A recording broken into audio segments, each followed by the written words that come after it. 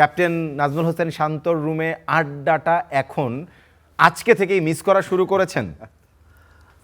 ধন্যবাদ। আমাকে প্রথমে আমি রাজশাহী ওয়ারিয়র্সকে ধন্যবাদ জানাবো, আমাকে অ্যাজ এ কোচ হিসেবে আপনারা পিক করেছেন।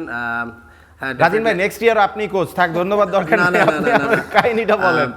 রিজিকের মালিক আল্লাহ তাআলা যেখানে রাখবেন সেখানে যাবো ইনশাআল্লাহ। তারপরেও আপনি যেহেতু বলেছেন যে শান্তর কথা, আসলে আমি রাত জায়গাটা আমার আসলে অভ্যস্ত না। আমি লাস্ট 4 দিন ধরে আমি রাত জাগতে হয়েছে শান্তর কারণে, এবং আমরা সত্যি আমি এখনও আমার মানে মাথা ঝিমঝিম করছে যে ঘুম হচ্ছে না, কারণ শান্ত একটা ফাইন দিয়ে দিত, যদি আপনি না আসেন এই করতে হবে, আপনি না আসলে এরকম করতে হবে। আর 1 ঘন্টার জন্য আসেন, আধা ঘন্টার জন্য আসেন, ওই আধা ঘন্টার জন্য বসতাম, 3টা, 3:30, 4টা বেজে যেত, তারপর ফজর নামাজ পড়ে ঘুমাতে হতো। বাট হ্যাঁ, ডেফিনেটলি আমরা এই আড্ডাটা অবশ্যই আমি মিস করব, কারণ আজকে হোটেল সব খালি হয়ে গিয়েছে।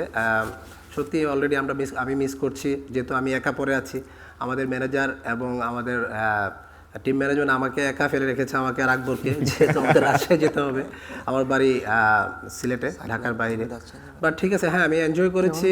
প্রথমত আমি বলবো হান্নানকে থ্যাংক ইউ জানাবো, কারণ আমার ক্রিকেট কোচিংয়ের বিপিএলের অ্যাজ এ হেড কোচ হিসেবে রাজশাহী আমার জন্য একটা লাকি টিম, কারণ রাজশাহীতে আমি 2019-এ কোচ হিসেবে হান্নান আমাকে পিক করেছিল যে তুই আমার রাজশাহীতে কাজ করবি কিনা, আমি তো ম্যানেজার হিসেবে আছি।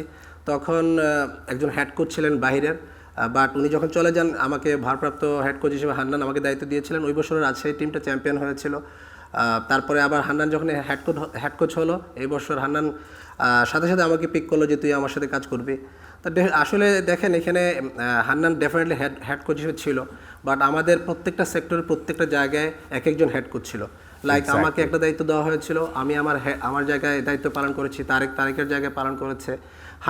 হান্নান তো ডেফিনেটলি এখানে বস ছিলেন, যেহেতু ও আমাদের কাছ থেকে সে আনসারটা নিতেন যে কীভাবে কী হতো, কোন প্লেয়ার কী রেজাল্ট, কী প্লেয়ারের কী অবস্থা।